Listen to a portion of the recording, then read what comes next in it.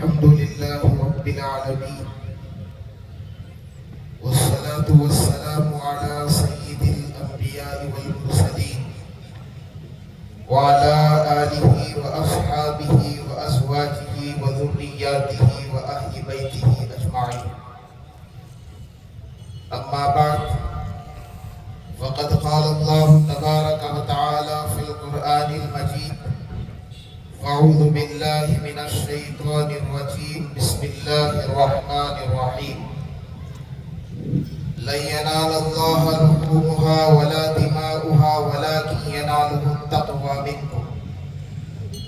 وقال النبي صلى الله تعالى عليه وسلم: ما عمل آدمي من عمل يوم النحر أحب إلى الله من إهراق الدم، وإنه لتأتي يوم القيامة بقرونها وأشعارها وأسلافها، وإن الدم ليقع من الله عز وجل بمكان قبل أن يقع على الأرض فتيئوا بها نفسا، أو كما قال عليه الصلاة والسلام. صدق الله العظيم وصدق رسوله النبي الكريم، ونحن على ذلك لمن الشاهدين والشاكرين، والحمد لله رب العالمين. اللهم صل على سيدنا محمد وعلى آل سيدنا محمد وبارك وسلم. اللهم صل على سيدنا محمد وعلى آل سيدنا محمد وبارك وسلم. اللهم صل على سيدنا محمد وعلى آل سيدنا محمد وبارك وسلم. سب سے پہلے تو میں آپ تمام حضرات کو عید الاضحیٰ کی مبارکباد پیش کرتا ہوں۔ اللہ رب العزت کا بڑا کرم ہے، احسان ہے، فضل ہے، اس کی بندہ نوازی ہے کہ اللہ رب العزت نے زندگی میں ایک مرتبہ پھر ہم سب کو عید الاضحیٰ کا یہ عظیم دن، یہ عظیم موقع عنایت فرمایا۔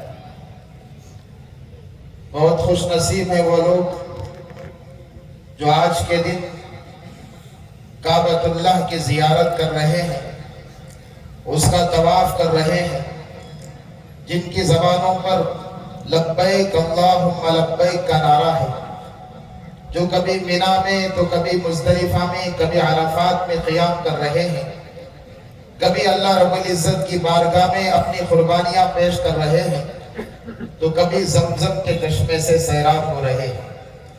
دعا فرمائیں کہ اللہ رب العزت اس سارے مجمع کو بھی یہ عظیم سعادت نصیب فرمائے، آمین۔ عزیزان گرامی، آج قربانی کا دن ہے۔ انشاءاللہ یہاں سے جانے کے بعد آپ حضرات اپنی اپنی قربانیاں اللہ رب العزت کی بارگاہ میں پیش کریں گے۔ قربانی کی بڑی فضیلتیں احادیث میں بیان کی گئی ہیں۔ اللہ کے نبی علیہ السلام نے فرمایا: ما عمل آدمی من عمل یوم النحر احب الی اللہ من احراق الدم، کہ قربانی کے دن یعنی آج کے دن قربانی سے زیادہ پسندیدہ عمل اللہ کی نظر میں کوئی نہیں۔ اور آگے فرمایا: انہو لتأتی یوم القیامت بقرونها واشعارها وازلافها، کل قیامت کے دن قربانی کا جانور اپنے سینگوں سمیت، اپنے کھروں سمیت اور اپنے بالوں سمیت لایا جائے گا، اور قربانی کرنے والے کے اعمال کے ترازو میں رکھ کر تولا جائے گا۔ اور آگے فرمایا: وَإِنَّ الدَّمَ لَيَقَعُ مِنَ اللَّهِ عَزَّ وَجَلَّ بِمَكَانٍ قَبْلَ أَن يَقَعَ عَلَى الْأَرْضِ، قربانی کے جانور کا خون کا قطرہ زمین پر گرنے سے پہلے اللہ تعالیٰ قربانی کو قبول فرما لیتے ہیں۔ اس واسطے فرمایا: فَطِيبُوا بِهَا نَفْسًا، خوش دلی سے قربانی کرو، خوشی سے قربانی کرو۔ حضرت فاطمہ سے اللہ کے رسول نے فرمایا: بیٹی فاطمہ، جب تمہارا جانور قربان کیا جا رہا ہو تو تم سامنے موجود رہو، اپنی قربانی کو دیکھو۔ کیوں؟ فَإِنَّ لَكِ بِأَوَّلِ قَطْرَةٍ تَقْطُرُ مِن دَمِهَا، قربانی کا جانور کا خون کا قطرہ جیسے ہی زمین پر گرتا ہے، اسی لمحے قربانی کرنے والے کے پچھلے سارے گناہ معاف ہو جاتے ہیں۔ اللہ کے رسول نے فرمایا بِكُلِّ شَعْرَةٍ حَسَنَةٍ، قربانی کے جانور کے ہر بال کے بدلے میں اللہ تعالیٰ قربانی کرنے والے کو نیکی عطا فرماتے ہیں۔ اور بھی بڑی فضیلتیں احادیث میں قربانی کی اللہ کے نبی نے بیان فرمائی، یہاں تفصیل میں جانے کا موقع نہیں ہے، وقت کم ہے۔ میں اٹھ کر جانے والے مجمع سے گزارش کروں گا تھوڑا بیٹھ جائیں، یقیناً گرمی ہے، تکلیف ہے، لیکن جو آخر میں دعا ہونے والی ہے اس دعا میں شرکت کر کے جائیں۔ اتنا بڑا مجمع جب اللہ کے دربار میں دعا کرے گا، بچے بھی ہیں، نوجوان بھی ہیں، عمر رسیدہ بھی ہیں، سفید داڑھی والے بھی ہیں، اتنے لوگ جب دعا کریں گے تو اللہ ضرور قبول فرمائیں گے، آپ کی حاجتیں پوری ہوں گی۔ اس واسطے دعا میں شرکت کر کے جائیں۔ عزیزان گرامی، قربانی کا عمل روز اول سے چلا آ رہا ہے۔ سب سے پہلے قربانی حضرت آدم علیہ السلام کے بیٹوں نے دی، حابیل اور قابیل نے۔ اللہ نے حابیل کی قربانی قبول کی، قابیل کی قربانی کو رد کر دیا۔ اس وقت سے قربانی کا عمل چلا آ رہا ہے، لیکن ہم جو قربانی کرتے ہیں یہ حضرت ابراہیم علیہ السلام کی سنت ہے۔ صحابہ نے پوچھا ما هذه الغذاء یا رسول اللہ، اے اللہ کے رسول یہ قربانی کیا ہے؟ آپ علیہ السلام نے فرمایا سنت ابیکم ابراہیم، تمہارے ابا حضرت ابراہیم علیہ السلام کی سنت ہے۔ حضرت ابراہیم علیہ السلام کی عمر 86 سال ہے، 80 پر 6 سال عمر، 2 شادیاں ہیں، کوئی اولاد نہیں ہے۔ دل میں خواہش پیدا ہوئی، تمنا ہوئی کہ میری بھی اولاد ہو۔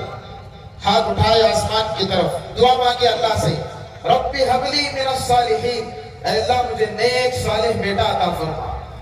اس سے پتہ کیا چلا؟ اولاد کا ہونا نہ ہونا یہ اللہ کے ہاتھ میں ہے، انسان کے ہاتھ میں نہیں ہے۔ اس واسطے کسی کو اولاد نہیں ہے تو اسے تانا دینے کی ضرورت نہیں ہے، کسی کو اولاد ہے تو اسے اکڑنے کی ضرورت نہیں ہے۔ ابراہیم علیہ السلام نے ہاتھ اٹھائے، دعا مانگی، رب ہب لی من الصالحین، اے اللہ مجھے نیک صالح اولاد عطا فرما۔ اللہ نے دعا قبول فرمائی، 86 سال کی عمر میں، 80 پر 6 سال عمر ہے۔ اللہ نے دعا قبول کی اور بشارت دی، فبشرناہ بغلام حلیم، ابراہیم ہم تمہیں ایک حلیم بردبار بچے کی، بیٹے کی خوشخبری سناتے ہیں۔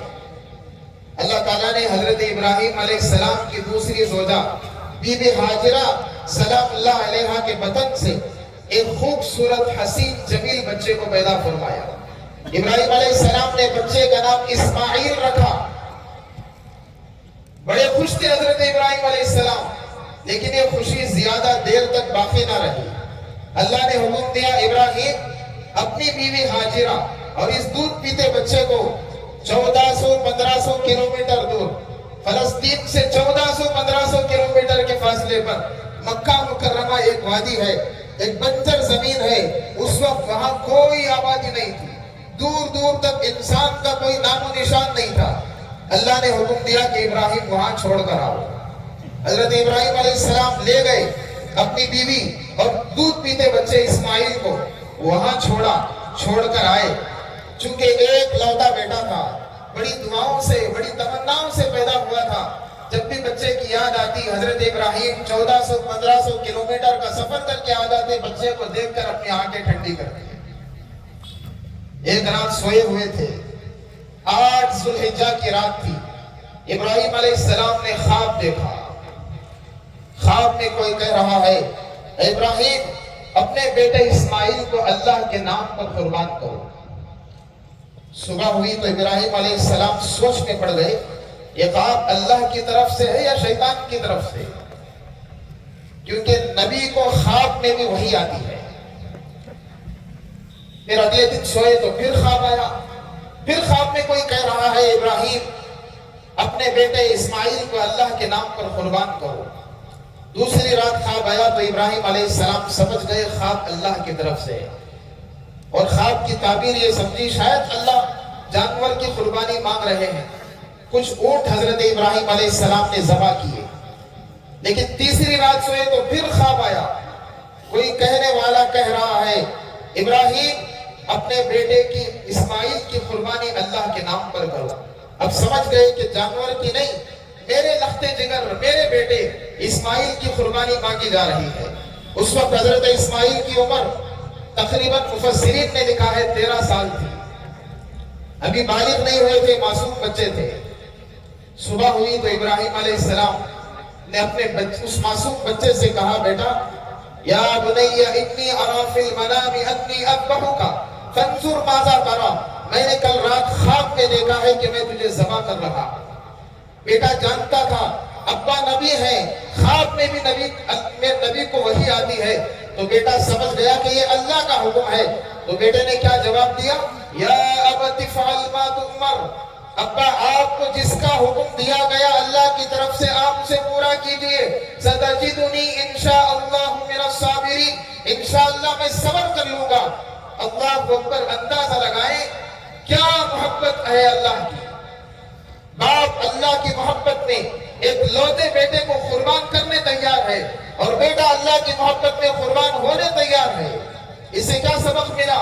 اللہ کا حکم سب سے پہلے ہے، اللہ کی محبت سب سے پہلے ہے، بیوی کی محبت بعد میں، والدین کی محبت بعد میں، اولاد کی محبت بعد میں، دنیا کی محبت بعد میں، مال کی محبت بعد میں، دولت کی محبت بعد میں۔ اللہ کی محبت سے دنیا کی ساری محبتیں ٹکرائیں تو ساری محبتوں کو قربان کر دو اللہ کے مقابلے۔ ابراہیم علیہ السلام نے بیٹے کا جواب سنا تو اسماعیل کی اماں بی بی ہاجرہ کے پاس آئے اور کہا کہ بیٹے کو اچھے کپڑے پہناؤ، سرما لگاؤ، خوشبو لگاؤ، سر میں کنگھی کرو، دعوت میں لے جانا ہے۔ یہ بھی اللہ کی طرف سے ایک کام کرنے کی دعوت ہی تھی۔ دعوت صرف کھانے پینے کو نہیں بولتے، یہ بھی دعوت تھی۔ تو اماں ہاجرہ نے اپنے لخت جگر کو نہلایا، بہترین کپڑے پہنائے، خوشبو لگائی اور آنکھوں میں سرما لگایا، سر میں کنگھی کی۔ ابراہیم علیہ السلام اپنے اس معصوم بچے کا ہاتھ پکڑ کر گھر سے نکل گئے۔ شیطان نے دیکھا تو بے چین ہو گیا کہ یہ کیا ہونے جا رہا ہے۔ اتنی بڑی قربانی اگر پیش کی گئی تو پھر قیامت تک آنے والے انسانوں کے لیے نمونہ بن جائے گی کہ اللہ کی محبت میں اللہ کی رضا کے خاطر اپنے آپ کو کیسے قربان کیا جاتا ہے۔ یہ مثال میں قائم نہیں ہونے دے سکتا۔ چنانچہ اس واسطے سب سے پہلے حضرت بی بی ہاجرہ کے پاس آیا اور آ کر کہنے لگا، جانتے ہو تمہارے شوہر ابراہیم تمہارے بیٹے اسماعیل کو لے کر کہاں گئے ہیں؟ انہوں نے کہا دعوت میں لے گئے۔ نہیں، دعوت میں نہیں لے گئے، قربان کرنے لے گئے، تمہارے بیٹے کو ذبح کرنے لے گئے۔ بی بی ہاجرہ نے کہا، کیا کوئی باپ اپنے بچے کو ذبح کر سکتا ہے؟ کہا کہ اللہ کا حکم ہے۔ حضرت بی بی ہاجرہ پر قربان جائیں، کہنے لگی اگر اللہ کا حکم ہے تو میں بھی اپنے لخت جگر کو قربان کرنے تیار۔ شیطان ناکام ہو گیا۔ وہاں سے آیا حضرت ابراہیم کے پاس دوست کی شکل میں، کہنے لگا ابراہیم کیا کر رہے ہو؟ کہاں جا رہے ہو؟ کسی کام سے جا رہا ہوں۔ نہیں، میں جانتا ہوں تم اپنے بیٹے کو قربان کرنے جا رہے ہو۔ حضرت ابراہیم نے اسی سے کہلوانے کے لیے کہا کہ میں اپنے بیٹے کو کیوں قربان کروں گا؟ اس نے کہا اللہ کا حکم ہے۔ حضرت ابراہیم نے کہا جب اللہ کا حکم ہے تو میں بھی اپنے بیٹے کو قربان کرنے تیار ہوں۔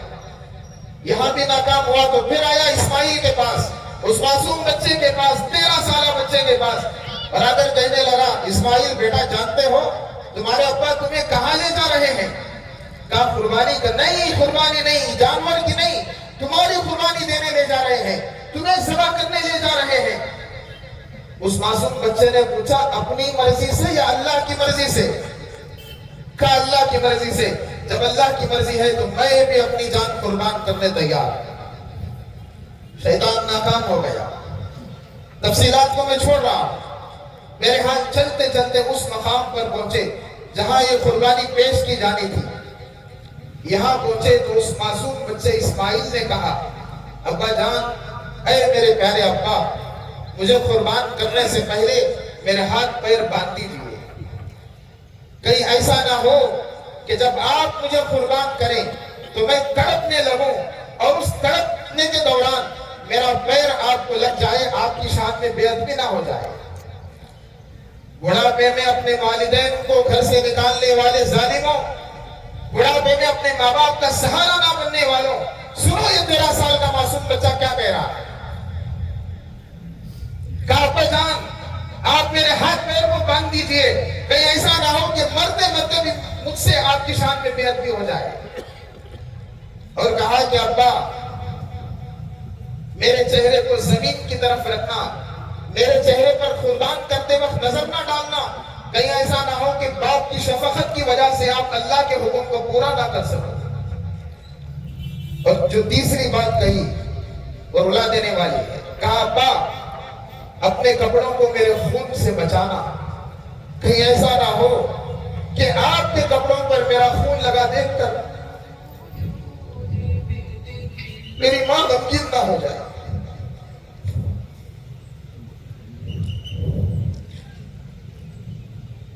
آسمان بھی رویا ہوگا.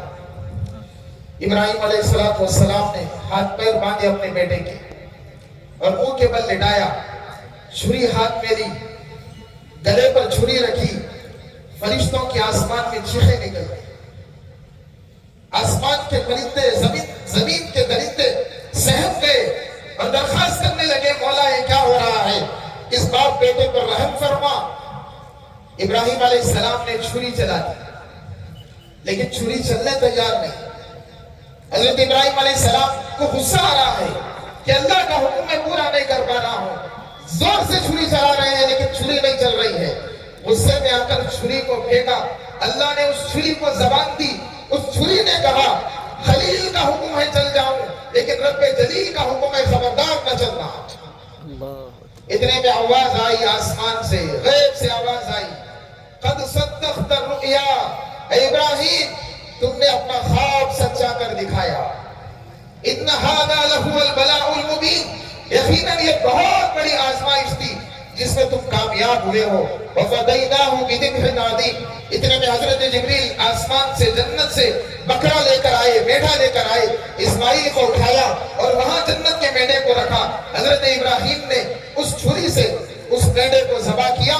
اس منظر کو دیکھ کر جبرائیل کی زبان سے نکلا اللہ اکبر اللہ اکبر. حضرت اسماعیل نے کہا لا الہ الا اللہ واللہ اکبر. پھر حضرت ابراہیم نے کہا اللہ اکبر وللہ الحمد. اس وقت سے یہ قربانی دہرائی جا رہی ہے. اس وقت سے یہ قربانی ہر سال دہرائی جاتی ہے. بہرحال قربانی کا مقصد کیا ہے؟ قربانی کا مقصد بندے کو اللہ کا فرما بردار بنانا ہے. جیسے اللہ کے حکم پر مال خرچ کر کے تم نے جانور خریدا, اللہ کے حکم پر تم اسے قربان کرتے ہو, ویسے ہی اللہ کے حکم پر جھوٹ بولنا چھوڑ دو, سود کھانا چھوڑ دو, زنا کرنا چھوڑ دو, بدکاری کرنا چھوڑ دو, نشہ کرنا چھوڑ دو, گاجا مارنا چھوڑ دو, لینڈ مافیا بننا چھوڑ دو, کسی کا حق مارنا چھوڑ دو, بہنوں کی وراثت کھانا چھوڑ دو, حسد کرنا چھوڑ دو, تکبر کرنا چھوڑ دو. ان سب چیزوں کی قربانی مقصود ہے. صرف جانور کی قربانی مقصود نہیں ہے, نفس کی قربانی مقصود ہے. اس واسطے اللہ نے فرمایا لن ینال اللہ لحومها ولا دماؤها ولکن ینالہ التقوی منکم. تمہاری قربانیوں کا خون, اس کا گوشت اللہ کو نہیں پہنچتا, نہ ضرورت ہے اللہ کو. اللہ تک جو چیز جاتی ہے تو تمہارا تقوی ہے, وہ تمہاری پرہیزگاری ہے.